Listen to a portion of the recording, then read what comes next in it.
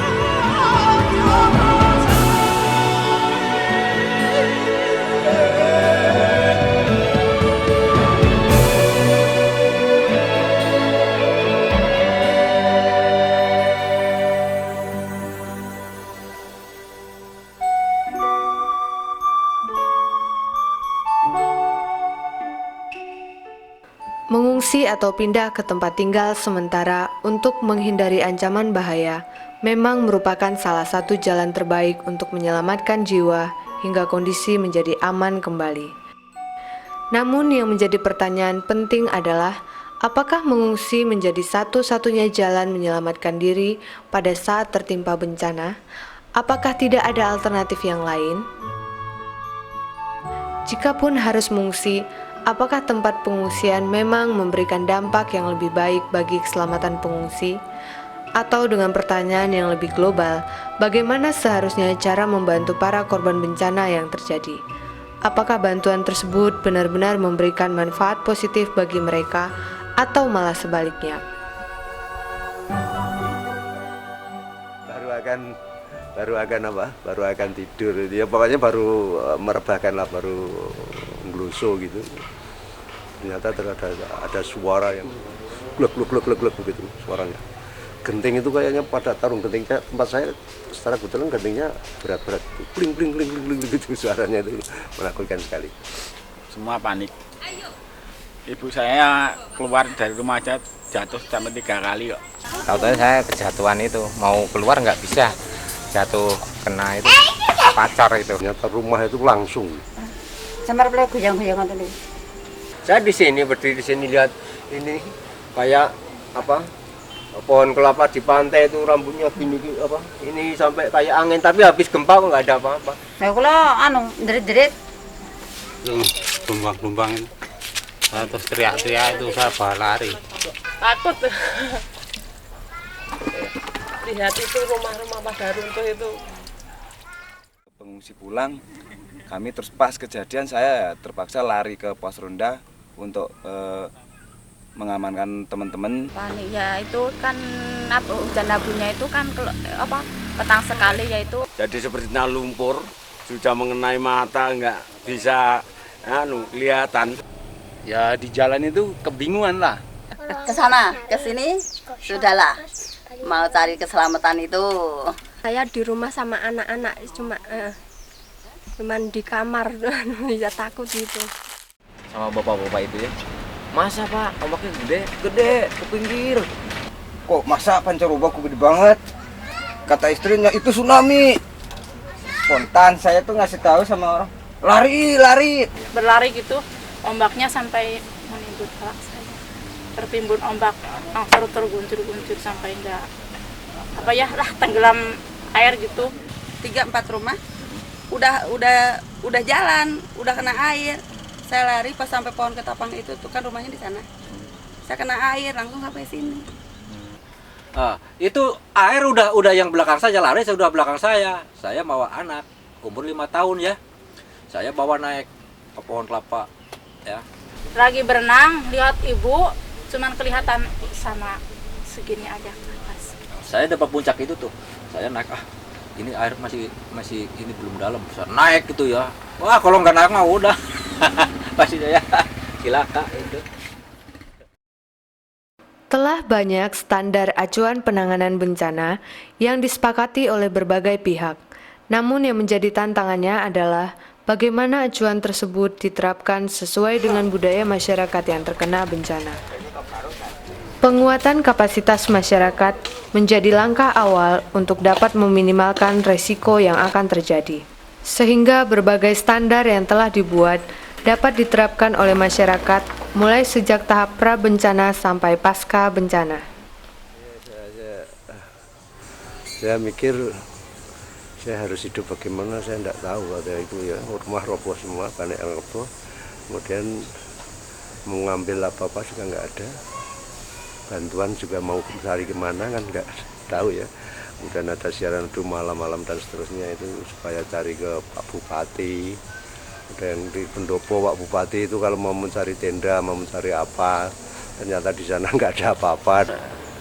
Selama 1 minggu atau berapa hari, kalau nggak salah hanya 5 hari, itu habis itu sudah nggak ada lagi bantuan itu. Dia nggak bisa menggunakan apa mestinya. Yang kami tunggu seperti uang rekonstruksi kan mengapa kok bisa lambat gitu loh Mas. Katanya ada jemputan gitu kan. Nggak tahunya nggak ada. Setiap hari misalkan pulang ya naik bis membayar sendiri, ke sono kembali ke pengungsian ya membayar lagi. Satu hari itu 5.000 3 bulan itu saya itu. 2 bulan itu mie sama nasi nggak ada lauknya gitu. Waktu itu ada yang protes ke Klaten itu terus langsung ada lauk pauknya gitu. Masih ini mbak ini 4 bulan itu tidurnya seperti ini kasih tikar aja. Sampai sekarang ya sumbangan itu dari bulan puasa ya sampai sekarang nggak ada. Oh ya gimana ya, dibilang kurang ya memang kurang, dibilang memuaskan emang sampai sekarang. Saat ini kayaknya kayak sebulannya PRT-nya. Sebulan ini nggak ada. Jadi kalau Ya kalau masih di sini, tengoklah dulu dari pemerintah dari apa dulu jadi gimana itu. Apakah udah rumah-rumah udah cukup belum itu. Sebelum musibah terjadi itu nggak ada pemberitahuan atau nggak ada penyuluhan? Nggak tahu, belum pernah ada penyuluhan sampai sekarang pun nggak ada itu apa pemberitahuan tentang itu supaya masyarakat tahu itu nggak ada. Itu waktu dulu itu belum pernah ada ya, langsung aja masyarakat itu tahu sendiri, lihat gunungnya sendiri gitu, nggak ada yang ngasih tahu gitu ya, masyarakat tahu udah gunungnya itu ada apinya kalau malam, kalau siangnya gemuruh terus gitu. Ya tahu-tahunya langsung jadi itulah, langsung kejadian itulah, nggak tahu. Nggak ada. Jadi itu hanya dari tugas vulkanologi itu. Nah ya kalau itu nggak membicarakan masalah itu ya nggak tahu. Tapi rasanya masyarakat ya sedikit-sedikit tahulah. Itu kan wah ada suara yang bergemuruh itu terus. Nah itu sudah merasa oh itu gunungnya aktif gitu. Itu mau dibilangin ke warga bahwa hari ini harus siap-siap ninggalin tempat lokasi bahwa air laut akan meluap tinggi. Tapi kan belum sempat itu petugasnya belum sempat angkat telepon itu air laut udah menghantam pagar. Nggak kerasa gitu. Ada sih ada mungkin ya, cuma nggak kerasa. Tahu-taunya udah gemuruh, udah air di atas aja. Nih, masa mau terjadi tsunami gitu kan di Aceh udah masa sampai ke sini. Saya kan bilangnya begitu, hati saya gitu. Tahu-tahunya terjadi di sini gitu. Bencana merupakan peristiwa yang tidak diinginkan oleh setiap orang. Walaupun sebenarnya peristiwa tersebut dapat dihindari atau diperkecil dampak negatifnya. Jika kita bicara soal kewaspadaan bencana, semua orang dapat melakukannya dengan mudah. Hal ini dapat dilakukan dengan memperhatikan faktor-faktor di lingkungan tempat tinggal masing-masing.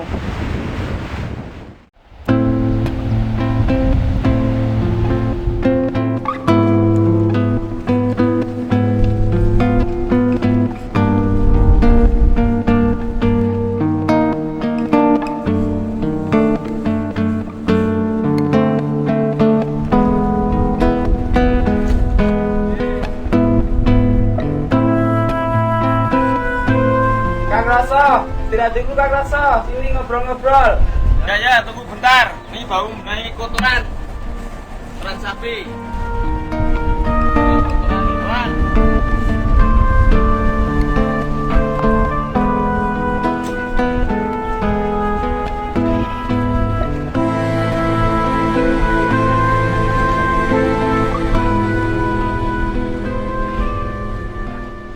Gimana Kang sapi ini? Udah jadi berapa?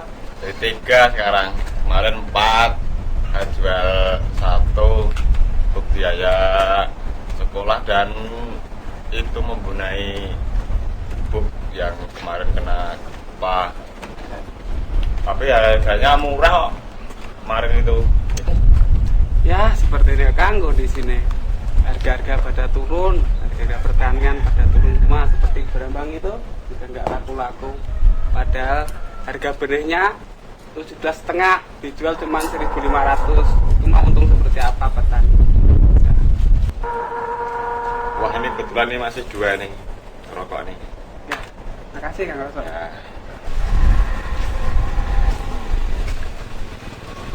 Mas, ayo, Mas.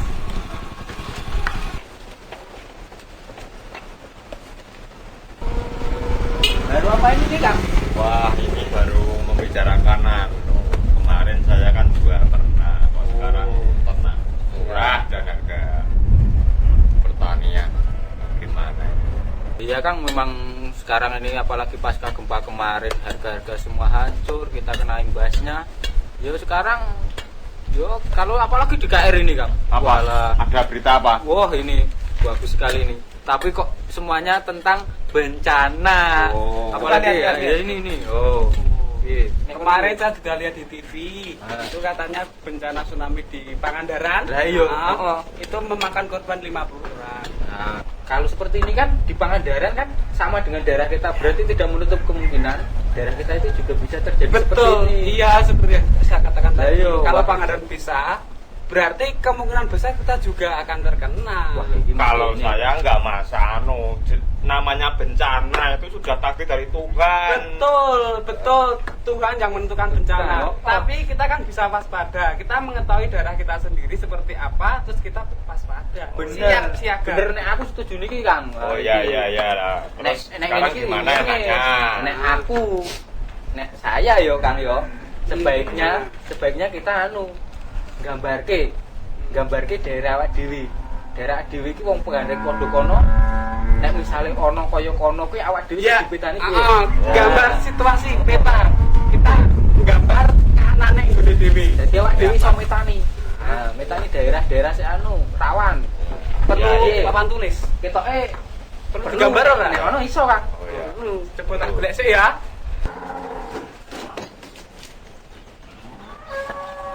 Wah, pakai ini aja ya Kang ya. Oh iya. Wah, ini mah apa ini? Dipakai untuk kalau ada pertemuan.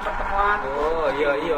Tapi pakai apa untuk gambarnya? Kapur. Kita ada kapurnya. Kapur aja. Lek, mampir lek. Sini mampir sini, ngobrol sini. Sini. Ya. Mampir. Wah. Mampir aja. Apa tuh?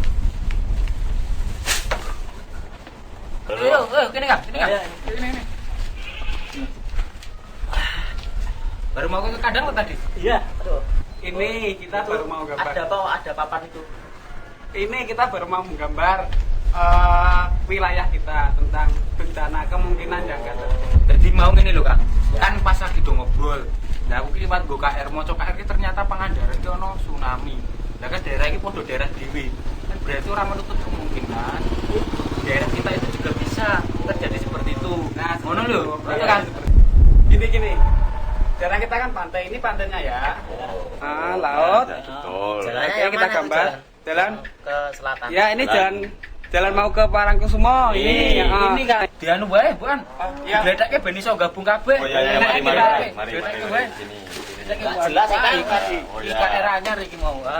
Saya juga enggak dong sih. Nek kita ini kan laut ya Kang umpamanya. Laut. Tekan daerah awak dhewe ini kira-kira berapa kilo ya? Pangandaran itu 50 kilo. 50 ayo. 50 meter Mas, 50 meter. Berapa? 10 kilo mungkin. 10. Enggak ada Kang. Enggak ada. Nah, sekarang ini kita lihat ini kan laut. Ini kan laut. Terus ini daerah kita. Ini masih ada 5 kilo Mas. Ini masih ada gumuk pasir. Di daerah masih ada gumuk pasir. Bahaya ya. Tapi kalau sini agak aman Kang. Tapi daerah sini kita itu aman karena ada gumuk pasirnya. Daerah sini Kang. Ini karena apa? Karena ini tempuran. Mungkin bisa melewati sungai ini. Mungkin kalau bisa masuk lewat sini. Kira-kira jarak kita itu berapa antara bibir pantai sama perkampungan? Ya kalian kalau daerah kita mungkin 2 kilo ya Kang yo. 2 kilo. 2 kilo. Ya 2 kilo ada ya Kang yo. Enggak ada. Yo, kira-kira berapa? 1,5. Yo, ini 1,5. Terus kira-kira jumlah penduduk kita di daerah sini ada berapa ya Kang? Kampung saya aja itu udah 500, sekitar 500. Belum lagi kampung sebelah. Itu juga sangat rentan sekali dengan bencana ini. Oh, ya berarti sekitar untuk kampung saya dan kampung sebelah itu kemungkinan 1.500. Ya, berarti kira-kira 1.500-an ya Kang. 500 orang. Terus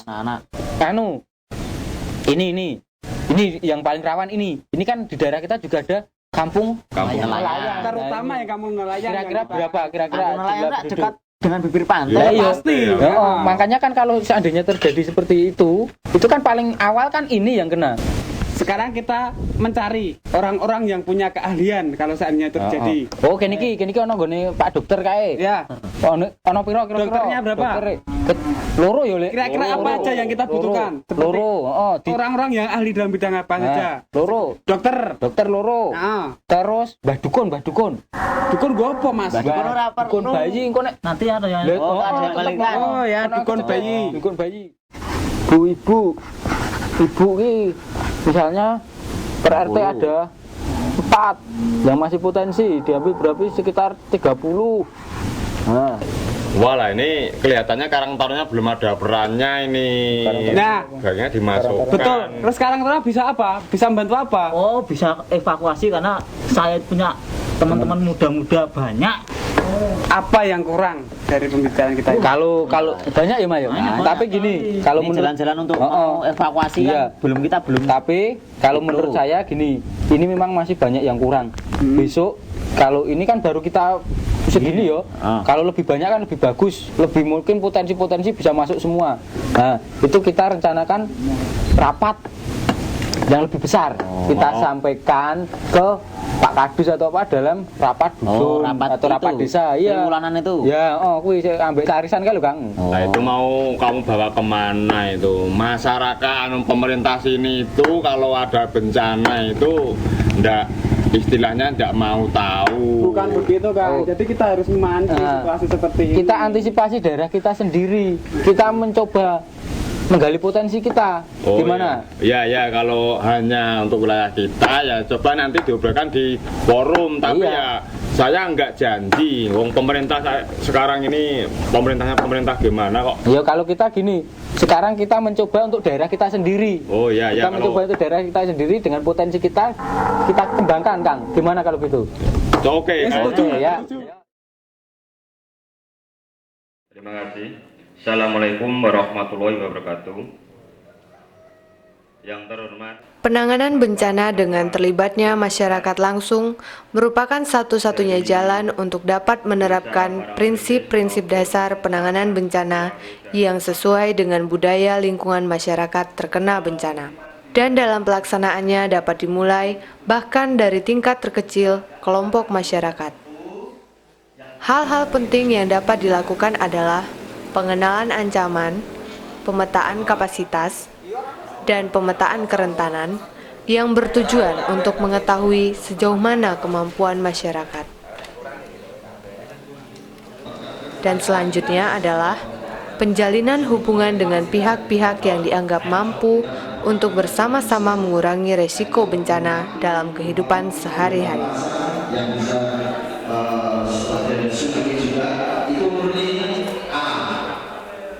Diulangi lagi, jepit dari tengah, ya,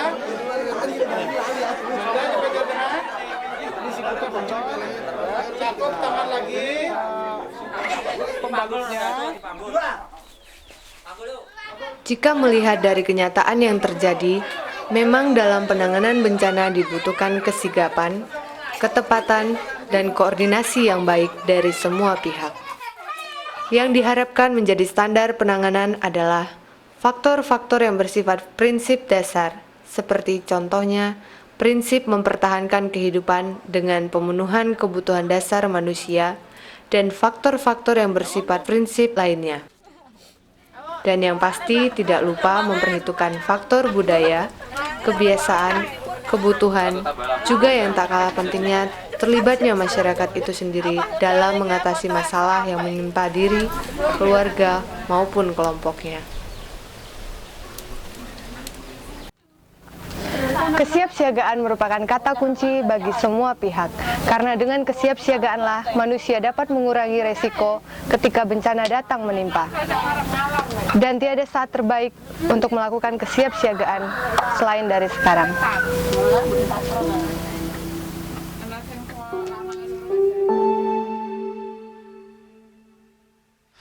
Dihempas gelombang, dilemparkan angin, terkisah ku bersedih, ku bahagia.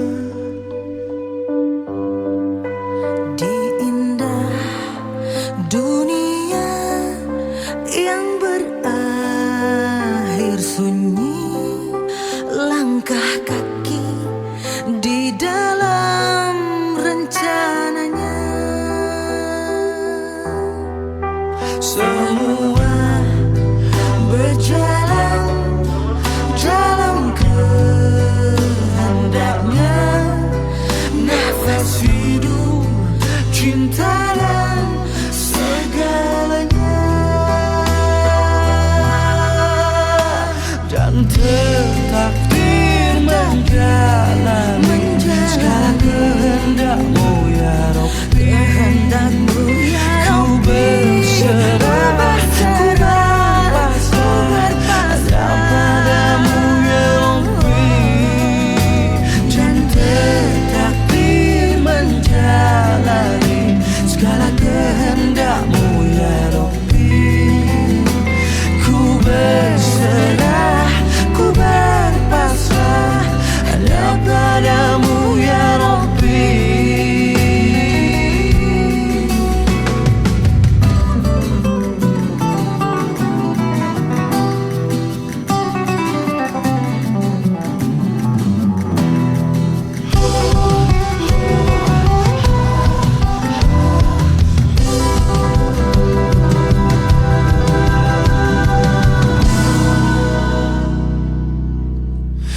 Bila mungkin ada luka, coba tersenyumlah. Bila mungkin tawa, coba bersabarlah.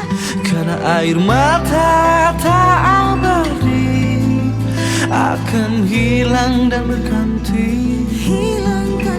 Bila mungkin hidup hampa yang dirasa, mungkinkah hati merindukan dia?